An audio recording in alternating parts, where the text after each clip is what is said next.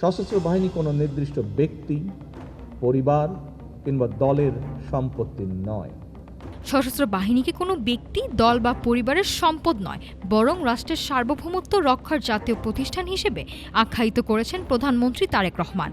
আজ ঢাকা সেনানিবাসে আয়োজিত দরবারে তিনি বলেন, অতীতে সেনাবাহিনীকে বিতর্কিত করার নানা চেষ্টা হলো, এখন পেশাদারিত্বের সাথে দেশ পুনর্গঠনে কাজ করতে হবে।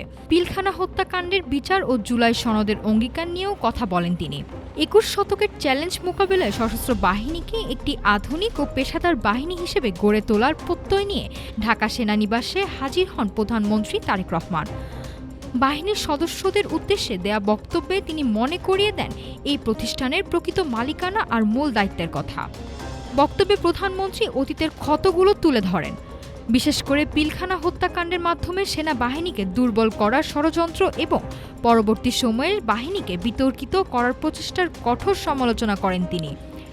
প্রশংসা করেন ২০২৪-এর গণ অভ্যুত্থান পরবর্তী সময়ে সেনাবাহিনীর ভূমিকা। শহীদ রাষ্ট্রপতি জিয়াউর রহমানের সময় থেকে শুরু হওয়া আধুনিকায়নের ধারাবাহিকতা বজায় রাখার ওপর জোর দেন প্রধানমন্ত্রী।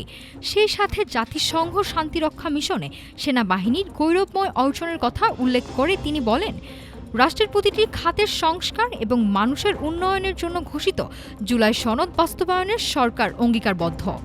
শুধু অভ্যন্তরীণ নিরাপত্তা নয়, আগামী জাতীয় নির্বাচন সহ রাষ্ট্রের প্রতিটি গুরুত্বপূর্ণ সন্ধিক্ষণে সশস্ত্র বাহিনীকে নিরপেক্ষ ও পেশাদার থাকার আহ্বান জানিয়েছেন প্রধানমন্ত্রী। তার এই বক্তব্যকে একটি আধুনিক ও রাজনীতি মুক্ত প্রতিরক্ষা বাহিনী গড়ে তোলার স্পষ্ট বার্তা হিসেবেই দেখছেন বিশ্লেষকরা।